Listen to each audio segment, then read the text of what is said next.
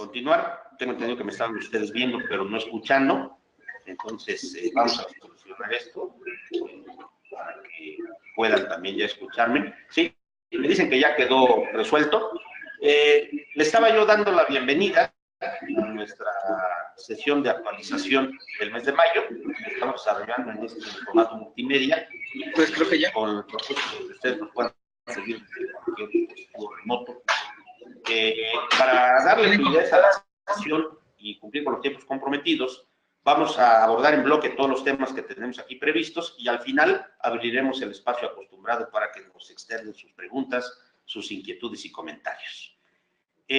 Vamos a empezar hablando acerca de la aprobación de diversas disposiciones que van a tener un impacto importante en la gestión de los negocios, ya que tienen que ver con cuestiones fiscales, aduaneras y de mejora regulatoria. Y si ya estamos hablando de mejora regulatoria, les informo que a finales del mes de abril y debido a la intensa presión que ejerció principalmente el Consejo Coordinador Empresarial, se aprobó finalmente la Ley General de Mejora Regulatoria. Sí, esta ley, permítame nada más para... ¿Dónde se ve la diapositiva completa? Porque aquí no la veo.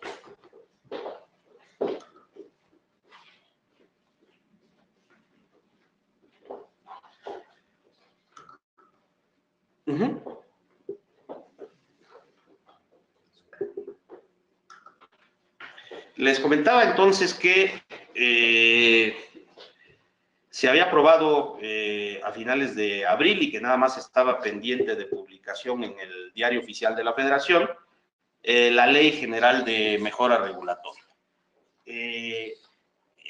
La parte destacada de la ley, en principio, es que es una ley de aplicación general.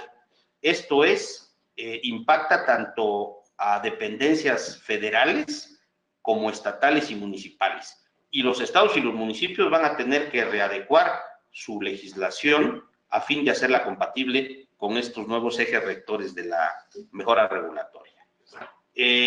A pesar de que se formularon diversas propuestas por parte del sector empresarial, pues no todas fueron finalmente aceptadas. Hubo algunas que no pasaron.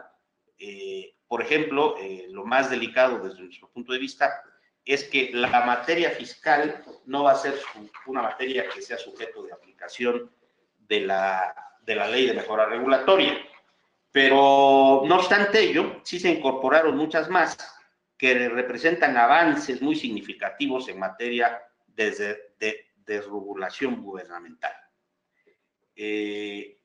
A reserva de que les vamos a presentar un análisis más completo, les podemos adelantar que en esta norma se prevé la creación de un catálogo nacional de regulaciones, cuya finalidad es compilar a nivel nacional todas las regulaciones, trámites y servicios, por lo que la burocracia no va a poder aplicar trámites o servicios adicionales a los establecidos en el catálogo.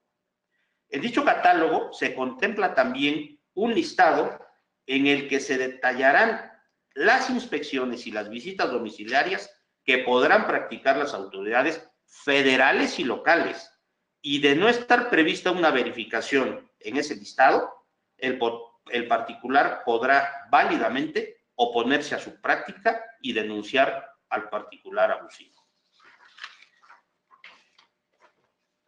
Otra figura relevante es la que tiene que ver con la protesta ciudadana, ya que faculta a los particulares para que formulemos denuncias contra aquel servidor público encargado del trámite que, por acción o por omisión, niegue la gestión sin una causa justificada o bien altere o incumpla con las disposiciones de la ley. Adicionalmente, se va a sancionar a dicha conducta en términos de la normatividad aplicable en materia de responsabilidad administrativa de los servidores públicos. Les decía yo que hay disposiciones que recientemente fueron aprobadas, ya comentamos las que tienen que ver con la mejora regulatoria, pero también en el ámbito fiscal hay disposiciones importantes que va a comentarles el licenciado Jorge Martínez.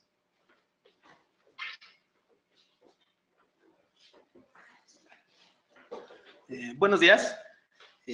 Por lo que hace a las reformas del Código Fiscal de la Federación, en sesión del 17 de abril se aprobaron en la Cámara de Senadores reformas a diversos ordenamientos, las cuales tienen por objeto combatir el tráfico ilegal de combustibles.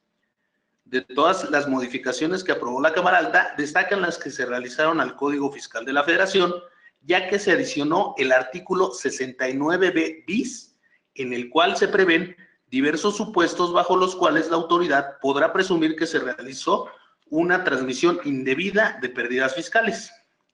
Es importante precisar que estamos en espera de que tales reformas se publiquen en el Diario Oficial de la Federación.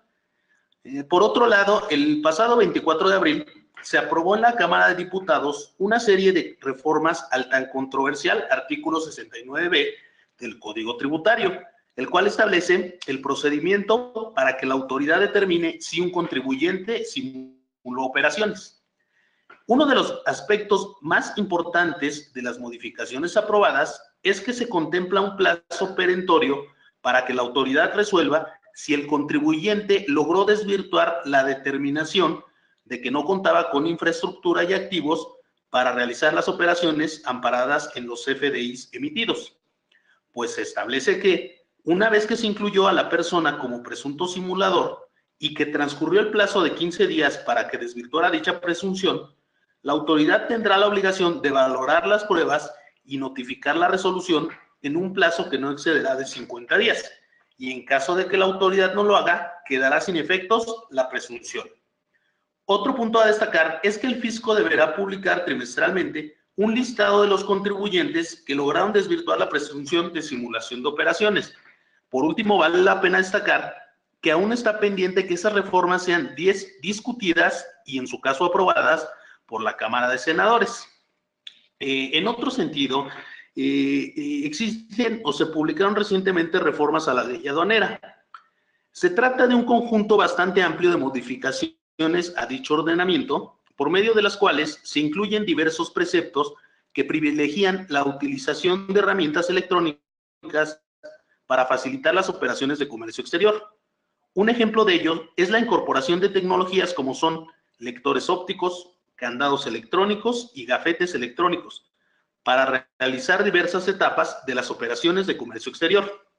Además de que se sustituye la utilización de documentos impresos por el uso de dispositivos cuyo contenido es captado por lectores ópticos de transmisión de información, como lo es el caso del llamado documento de operación para el despacho aduanero, que es el documento electrónico que contiene la información de la mercancía sujeta al despacho y sirve para activar el semáforo fiscal con el que se determina si la mercancía debe ser sujeta a revisión por parte del personal de la aduana. Otro aspecto importante de esta reforma son las modificaciones en materia de consultas sobre la clasificación arancelaria de mercancías, puesto que a partir de que entren en vigor estas modificaciones, dichas consultas se podrán realizar en cualquier tiempo y se deberán resolver dentro de los 3 meses siguientes a la fecha de su presentación. Las reformas aludidas están pendientes de que se publiquen en el Diario Oficial de la Federación. En otro sentido, el pasado 30 de abril se publicó en el Diario Oficial la primera resolución de modificaciones a la miscelánea fiscal para 2018, la cual recopiló los cambios que se habían dado a conocer en los diversos proyectos que publicó el SAT. De esas modificaciones destacamos los siguientes. Se establece la metodología y los diversos procedimientos para utilizar el aplicativo informático para el cumplimiento de los requisitos para deducir los gastos y acreditar el IVA por concepto de pagos relacionados con su contratación laboral. Se consignan diversas disposiciones relacionadas con el procedimiento para obtener la opinión de cumplimiento en materia de obligaciones fiscales. Se modifica el artículo 7º transitorio de la resolución miscelánea publicada el 22 de diciembre de 2017 para que los contribuyentes puedan seguir emitiendo el CFDI en la versión 3.3 sin incorporar el complemento de pagos hasta el 31 de agosto del 2018. Y por último, se reformó el artículo 3º transitorio en el cual se establece que se entenderá que se ha dado cumplimiento a lo dispuesto en las obligaciones en materia de subcontratación correspondientes al ejercicio fiscal de 2017, cuando los contribuyentes utilicen en el 2018 el aplicativo informático. Es importante destacar que esas modificaciones entraron en vigor el pasado 1 de mayo. Por último, en lo que a mí me corresponde, en días pasados, la delegación de la PRODECON en el Estado de México anunció la apertura de una oficina de enlace en el municipio de Tlalnepantla, la cual se ubica en Sor Juana Inés de la Cruz, número 22, Colonia Centro, en el edificio donde actualmente se encuentra el SAT. Es importante recordar que la PRODECON presta diversos servicios de asesoría para la solución de problemáticas provenientes de actos de autoridades fiscales federales, representación y defensa en contra de actos que afecten los derechos de los contribuyentes y la tramitación de acuerdos conclusivos durante el desarrollo de procedimientos de fiscalización para llegar a una amigable solución entre el fisco y los contribuyentes. A continuación, la licenciada Laura nos explicará las disposiciones relevantes publicadas en la Gaceta de la Ciudad de México. Buenos días.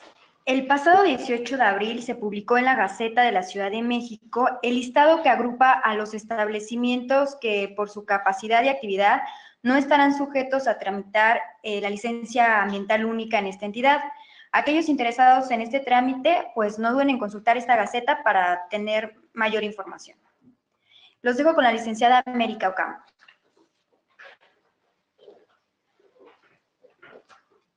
¿Qué tal? Buenos días. Les comparto que el pasado 25 de abril la Secretaría de Finanzas del Gobierno de la Ciudad de México publicó en la Gaceta Oficial las reglas de carácter general para la inscripción en el padrón del impuesto sobre nóminas, así como para el cobro del impuesto referido a través del sistema de administración de contribuciones. Con este sistema se pueden realizar en línea diversos trámites tales como la inscripción, baja, suspensión o reanudación de actividades, entre otros. Para ingresar al sistema es necesario autentificarse con la e-firma emitida por el Servicio de Administración Tributaria y previamente haber registrado un correo electrónico, pues cada vez que se realice algún trámite, el sistema enviará una notificación al correo designado mostrando los datos correspondientes al tipo de trámite, la fecha y el folio de recepción del mismo.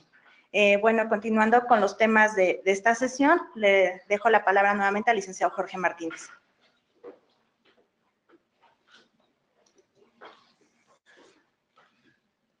Bien, pasando a nuestro segundo bloque de temas de la sesión del día de hoy, vamos a comentar dos criterios, uno de ellos un criterio judicial emitido por el Tribunal Federal de Justicia Administrativa y un par de criterios que emitió la PRODECON sobre la deducibilidad de algunas prestaciones.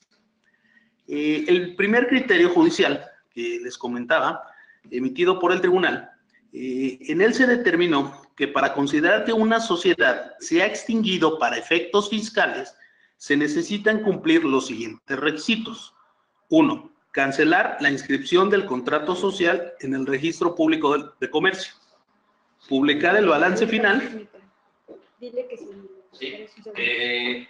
Está sonando la alarma sísmica. Vamos a interrumpir, espero que temporalmente, esta sesión y continuamos en cuanto pase la eventualidad.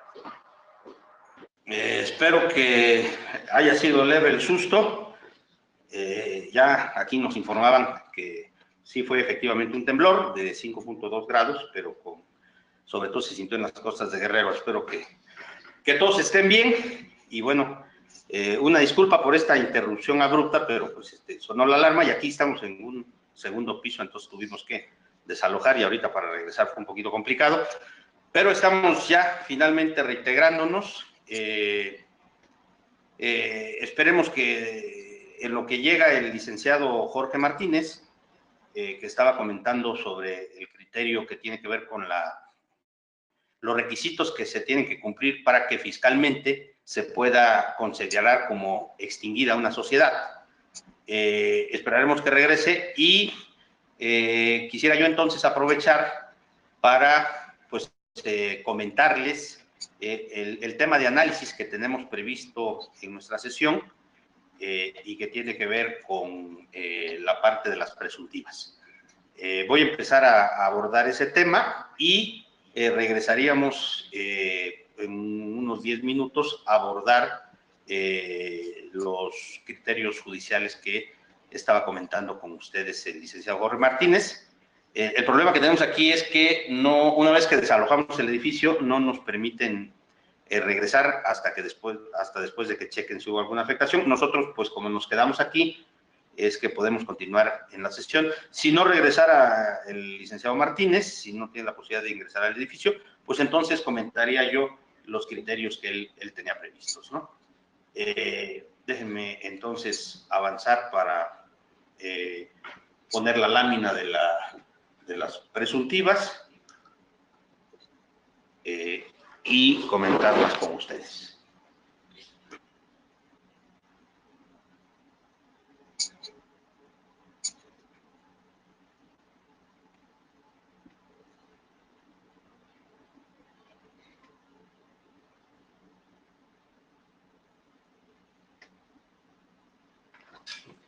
Hace unos minutos, precisamente, Jorge Martínez les estaba a ustedes comentando que se había aprobado una adición al Código Fiscal para introducir la figura de la presuntiva de transmisión de pérdidas inexistentes, con lo que se agrega en la normatividad fiscal una herramienta más para que la autoridad, a partir de ciertas situaciones o circunstancias, pueda presumir que el contribuyente incurrió en conductas de evasión o elusión fiscal y le imponga las consecuencias correspondientes. Por ello, consideramos conveniente analizar en esta sesión las presuntivas fiscales que existen y, sobre todo, pues, cuáles son sus alcances, ¿no? Voy a adelantar aquí las filminas y miren, hay diversas categorías de presuntivas, no todas las presuntivas fiscales las podemos encuadrar en un solo bloque. La primera de las categorías contiene aquellas presuntivas que ante la falta de información o documentación conducente para la determinación de la contribución a pagar, la norma faculta a la autoridad para considerar otros elementos que permitan realizar dicho cálculo, aunque sea de manera estimativa. En esta categoría de presuntivas, vamos a encontrar a la determinación presuntiva de la utilidad fiscal, y esta se puede actualizar cuando el contribuyente, por ejemplo, se oponga a la revisión de las autoridades, y entonces estas las pueden calcular con base en declaraciones de ejercicios anteriores o bien con la información que puedan obtener de terceros. Una segunda categoría de presuntivas se refiere a aquellas que, como consecuencia de que el contribuyente hubiese manejado precios ficticios en la adquisición o enajenación de bienes, la norma le permite a la autoridad calcular su precio real. Y aquí encontramos la presuntiva para modificar la utilidad o pérdida fiscal a partir de justipreciar el valor de enajenación de un bien por parte de la autoridad a partir de los precios de mercado o de avalúo en que se base. También hay una categoría en la que, para verificar la veracidad de los ingresos o el valor de actos reportados por el contribuyente, la autoridad puede presumir que ciertos datos o registros reflejan aquello. Aquí nos estamos refiriendo, por ejemplo, a aquellos depósitos bancarios que no corresponden a ingresos en la contabilidad y que la autoridad puede llegar a presumir como ingresos, ¿no? Es algo que creo que cualquiera que ha sido sujeto a una verificación lo ha podido constatar, ¿no? La autoridad, para arrancar este tipo de visitas, lo primero que solicita son los estados de cuenta bancarios. Y si por ahí detecta algún depósito que no se encuentre registrado en la contabilidad, de inmediato lo va a presumir como un ingreso. Finalmente, encontramos la presuntiva, encontramos la categoría que más nos preocupa porque amplía terriblemente los márgenes de discrecionalidad de la autoridad y que se refiere al hecho de que si se llegan a dar algunas circunstancias o condiciones, la autoridad podrá válidamente presumir que el contribuyente está incurriendo en prácticas de simulación. En esta categoría encontramos la presuntiva de operaciones inexistentes, ¿sí? Que también comentaba Jorge, y que es un verdadero dolor de cabeza, la del 69B, ¿no? Que, por ejemplo, si para la autoridad no tengo infraestructura o activos para prestar el servicio o enajar el bien de que se trate, va a presumir que es una operación inexistente. Es decir, a partir de una circunstancia que es el determinar que no cuento con infraestructura, la autoridad otorga consecuencias para presumir que se trata de operaciones inexistentes, ¿sí? O bien, también aquí es donde podemos encuadrar a la nueva presuntiva que se incorporó con la adición del artículo 69b bis y que les decíamos está relacionada con la transmisión indebida de pérdidas fiscales.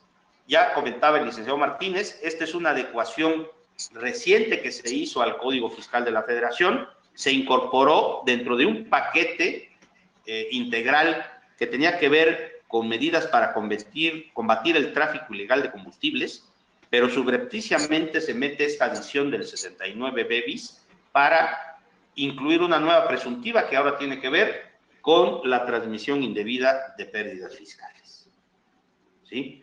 Ahora, nosotros sostenemos que estas dos presuntivas, las que tienen que ver con el hecho de que se presenten ciertas condiciones y circunstancias para que la autoridad pueda válidamente presumir que se está incurriendo en prácticas de simulación, les digo que son para nosotros bastante cuestionables, ¿sí?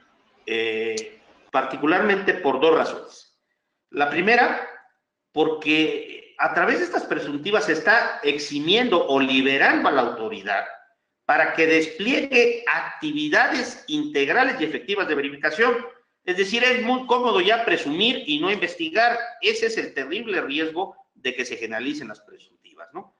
Y entonces, pues, basta con que califique que se actualiza una determinada circunstancia, les decía yo, por ejemplo, el que para ella no tenga yo activos, para que en automático se esté presumiendo una simulación y se generalicen los efectos y consecuencias de estas. Y en la otra razón por la que cuestionamos severamente este tipo de presuntivas es porque adolecen de una regulación precisa e inequívoca, lo que abre margen a la arbitrariedad en el actuar de la autoridad. El caso más claro lo tenemos con el 69B, lo hemos visto desde que se instrumentó esta presuntiva en el 2014, y seguramente lo vamos a ver en adelante con el 69B bis de la transmisión de pérdidas. ¿Y por qué les decimos que carecen de una regulación consistente e inequívoca? Miren, les voy a poner un caso que les va a ilustrar muy claramente estas ambigüedades a las que me refiero. Recientemente, en relación con la regulación del 69B, la primera sala de la Corte determinó que el plazo de 5 días a que se hace referencia en el tercer párrafo de ese artículo, y que es el que se supone que tiene el particular, digamos, el que conocemos como presunto EFO, el que se supone que carece de activos y de infraestructura. A él se le da, una vez que se les notifica esta circunstancia, se le da, y él aporta las pruebas que considere pertinentes para desvirtuar la presuntiva. Entonces la autoridad va a tener un plazo de 5 días y aquí la interpretación de la primera sala de la Corte es que ese plazo aplica únicamente para que la autoridad valore las pruebas y defensas, pero no para que notifique la resolución al contribuyente, ya que la primera sala determina que si bien no aplica el plazo de 5 días, sí va a aplicar el plazo de 5 años, pues es el periodo en el cual puede actualizarse la caducidad de las facultades de comprobación. Esta es la interpretación que hizo la primera sala en un amparo en el que estaba cuestionando la constitucionalidad de este párrafo. Pero miren, curiosamente, escasas semanas después, 1 o 2 semanas, en otra resolución, ahora, no de la primera, sino de la segunda sala, ¿sí? La misma Corte estableció, al analizar el artículo en sus considerandos, que la autoridad fiscal, en un lapso de 5 días, debía valorar las pruebas y defensas y, además, en ese lapso, notificar la resolución. Es decir, mientras que en una resolución la primera sala de la Corte dice que la autoridad, el plazo de 5 días no es para emitir la resolución, sino nada más para que valore y analice las pruebas. En otra resolución, que si bien no se mete al mismo fondo, pero colateralmente toca el tema, ahí en su considerando, dice la Corte, la segunda sala en este caso, que la autoridad tiene 5 días para poder notificar al contribuyente. Y justamente también está la reforma, un proyecto que todavía no se aprueba por las dos cámaras, por las cuales se pretende reformar justamente para darle mayor certidumbre jurídica al contribuyente, y en el cual en esta reforma se dice que la autoridad va a contar con un plazo de 50 días para poder notificarle al contribuyente la resolución determinante finalmente, en el sentido de que si se desvirtuó o no la presuntiva de la que estamos hablando, ¿no? Bueno, finalmente, es importante que tomemos en cuenta que estas presuntivas admiten prueba en contrario y que en contra de una determinación arbitraria podemos interponer medios de defensa eficaces para cuestionar ya sea su constitucionalidad o bien su legalidad. Si bien es cierto que la Corte reconoció en aquella sentencia a la que hacía referencia hace unos momentos que el artículo 69b no transgredía la garantía de legalidad, en la propia sentencia se dejó abierta la posibilidad de que dicho artículo pudiese violar el derecho fundamental de seguridad jurídica, por no contemplar expresamente la obligación de la autoridad de dar a conocer al contribuyente toda la información y documentación que tomó en cuenta para concluir que carecía de infraestructura o de activos.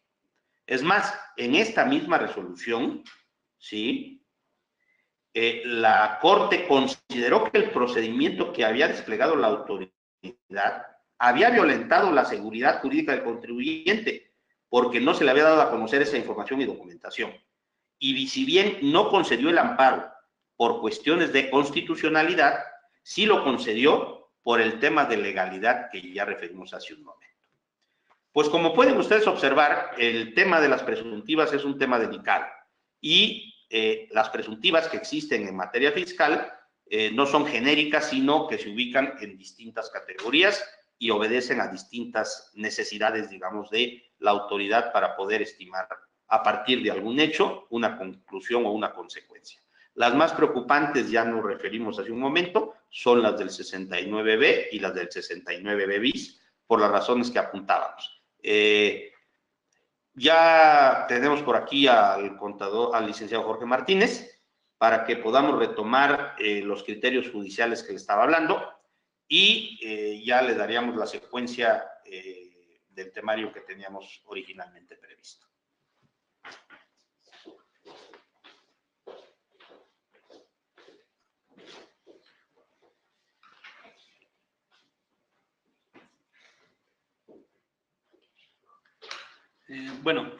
Como les estaba comentando, íbamos a hablar de un criterio emitido por el Tribunal Federal de Justicia Administrativa en el que se determinó que para considerar que una sociedad se ha extinguido para efectos fiscales, se necesitan cumplir los siguientes requisitos. 1.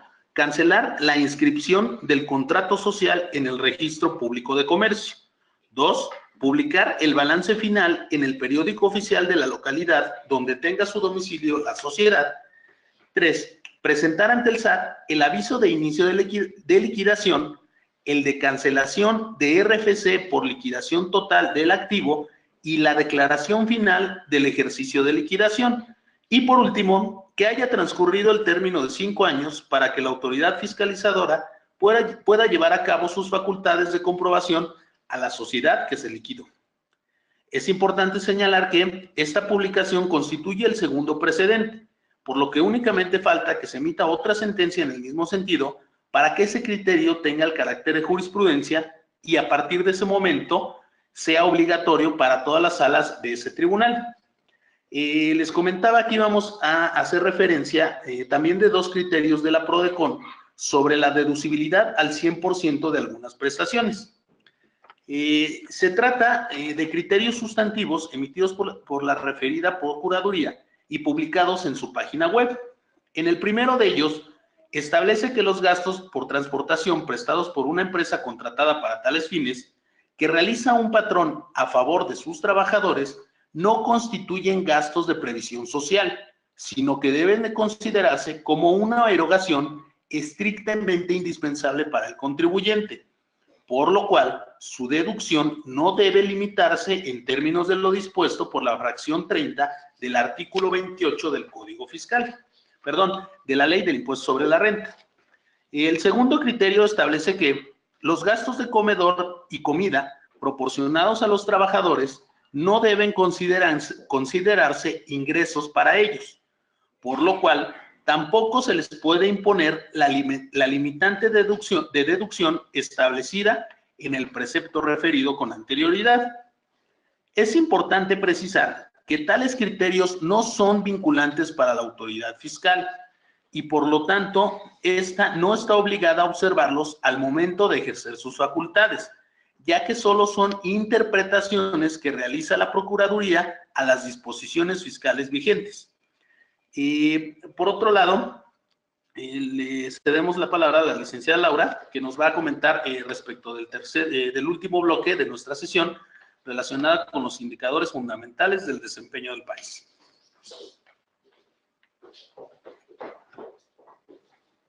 Antes de empezar con los indicadores fundamentales del país, me gustaría comentarles que recientemente la segunda sala de la Suprema Corte de Justicia de la Nación determinó que la mecánica de imposición de fotomultas en la Ciudad de México no transgredía nuestra Constitución, ya que considera que de existir un procedimiento previo a la imposición de este tipo de sanciones, se provocaría una excesiva dilación en las acciones de las autoridades viales, para castigar a aquellos conductores que violan el reglamento de tránsito, lo cual afectaría a la población en general.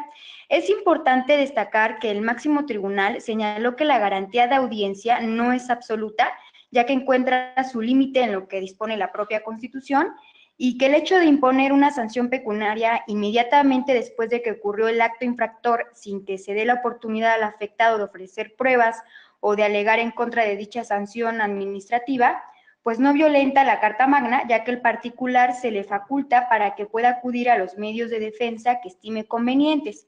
Lo que determinó la segunda sala de la Suprema Corte, recordemos, es un criterio aislado que no resulta obligatorio. Sin embargo, es muy probable que futuras resoluciones sean emitidas en el mismo sentido.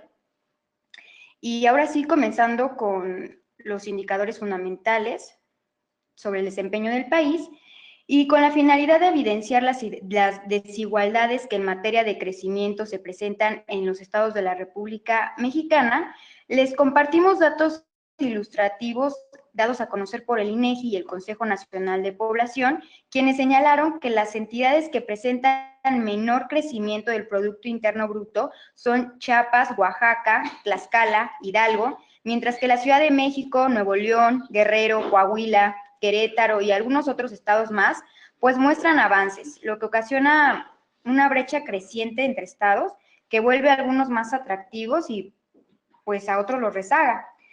Ya que estamos hablando del Producto Interno Bruto generado por los estados, el INCO, a través del Índice Legal de Obra Pública, concluyó que los 15 estados del país con mayor impacto en el PIB no cumplen con leyes de calidad para el desarrollo de obra pública.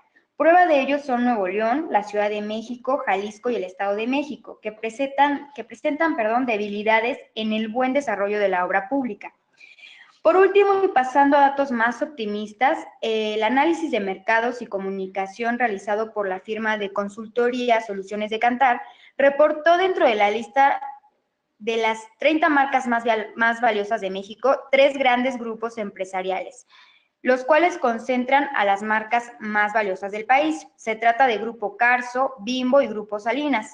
Cabe destacar que las categorías que más crecieron fueron las instituciones financieras, la cerveza y los proveedores de comunicación. Y bueno, para finalizar los dejo con el licenciado Fernando Castillo.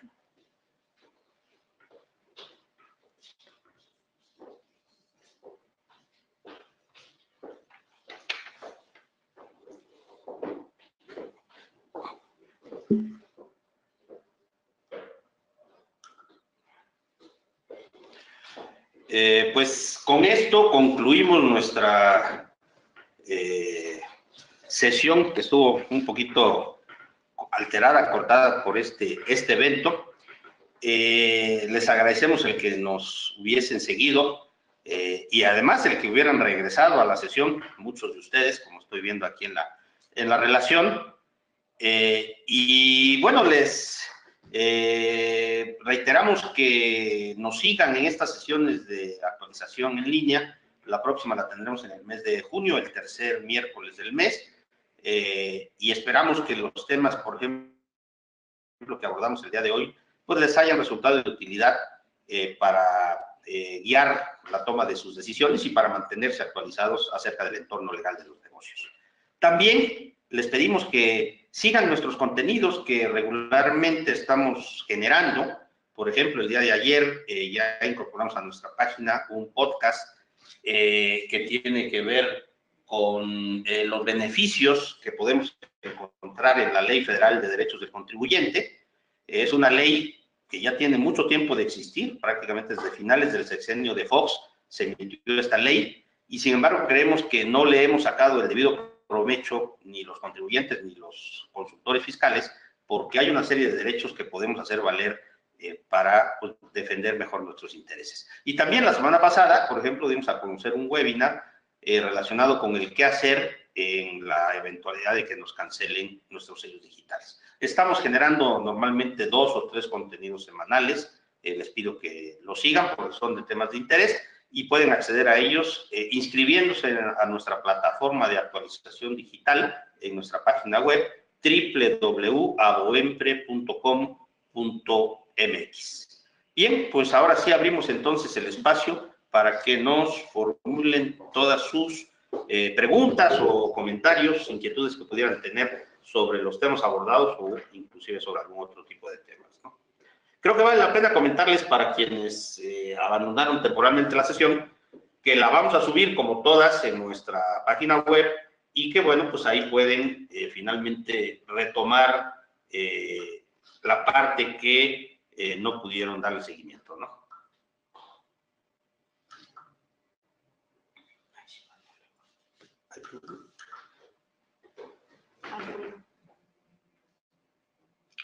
Alfredo aquí nos dice que con todo y sismo se regresó a seguir la sesión. Gracias, Alfredo. Yo la verdad lo dudé, pero bueno, me trajeron a la fuerza. Ni modo, me regresaron y ya no me quedó de otra. Jorge, muchas gracias por tus comentarios. Me pone ahí el mismo Alfredo que si podemos incorporar algunos temas para emprendedores. Claro que sí, agradecemos la sugerencia y vamos a invitar a alguien que conozca de estos temas para que nos eche alguna plática relevante, ¿no? Hugo, como siempre, muchas gracias por acompañarnos, ¿sí? Diego nos pregunta si estas sesiones de actualización están enfocadas a nuevos emprendedores. Pues de alguna manera sí, mira, son, como decíamos desde un inicio, son sesiones de actualización en la materia jurídico-fiscal, pero vinculadas al entorno legal de los negocios. Entonces, bueno, como cualquier emprendedor, pues es necesario que sepamos cómo está el entorno jurídico de la empresa para poder desenvolvernos y poder concretar exitosamente un proyecto de emprendedurismo. Sin embargo, no son estrictamente los temas necesariamente para emprendedores como tuvieran que ver, por ejemplo, con aspectos mercadológicos, administrativos, de planeación estratégica. Son aspectos del entorno legal de los negocios y consideramos que sí tienen que ver con emprendedurismo, pero de alguna manera colateral, ¿no?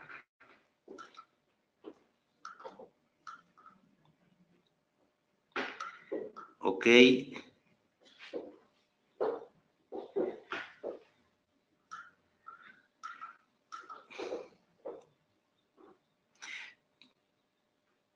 Y Isela nos pide que profundicemos sobre la extinción de sociedades para efectos fiscales. Como no lo tomamos en cuenta, le voy a decir a Jorge que nos prepare ya sea un webinar o otra sesión específica sobre ese tema, porque sí creo que es muy relevante. y sobre todo el criterio que recientemente emitió el Tribunal Federal de Justicia Administrativa sobre el tema es muy ilustrativo, ¿no? Porque de repente nosotros creemos que una vez que se extingue una sociedad para efectos corporativos, pues ya fiscalmente estamos liberados, y ya Jorge nos decía que no, que se tienen que dar además otras circunstancias. No es un tema menor, y con mucho gusto, Isela, vamos a tomar en cuenta tu sugerencia.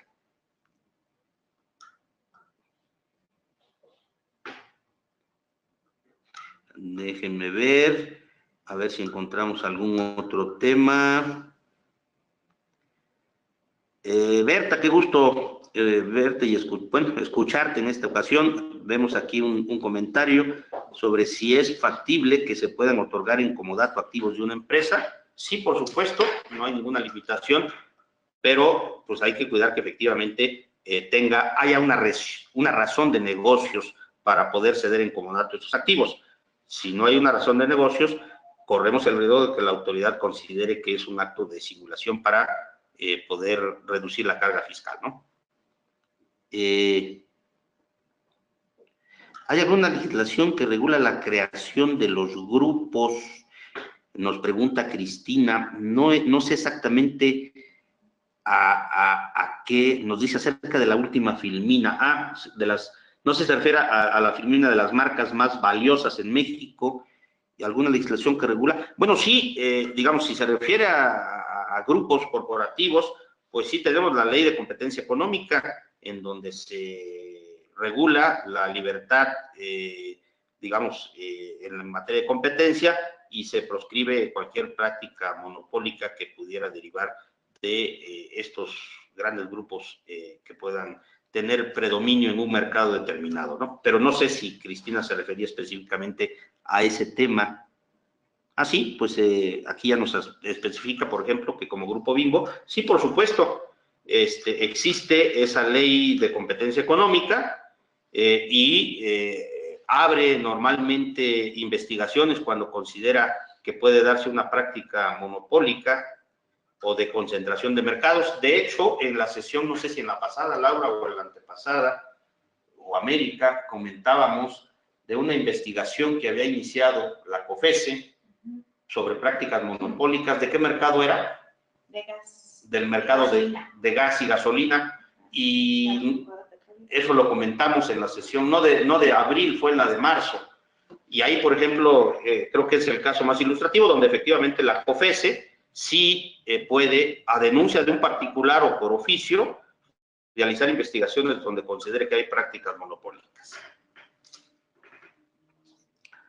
Bien, pues con esto cerramos. Nos fuimos mucho más allá del tiempo previsto, una disculpa, pero bueno, todavía no controlamos los fenómenos naturales, y pues esperemos que para junio no tengamos algún contratiempo de esta naturaleza.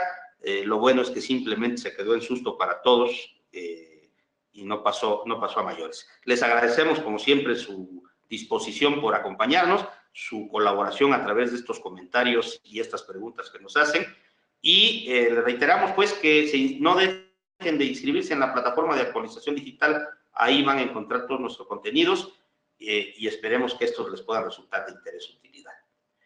Gracias y que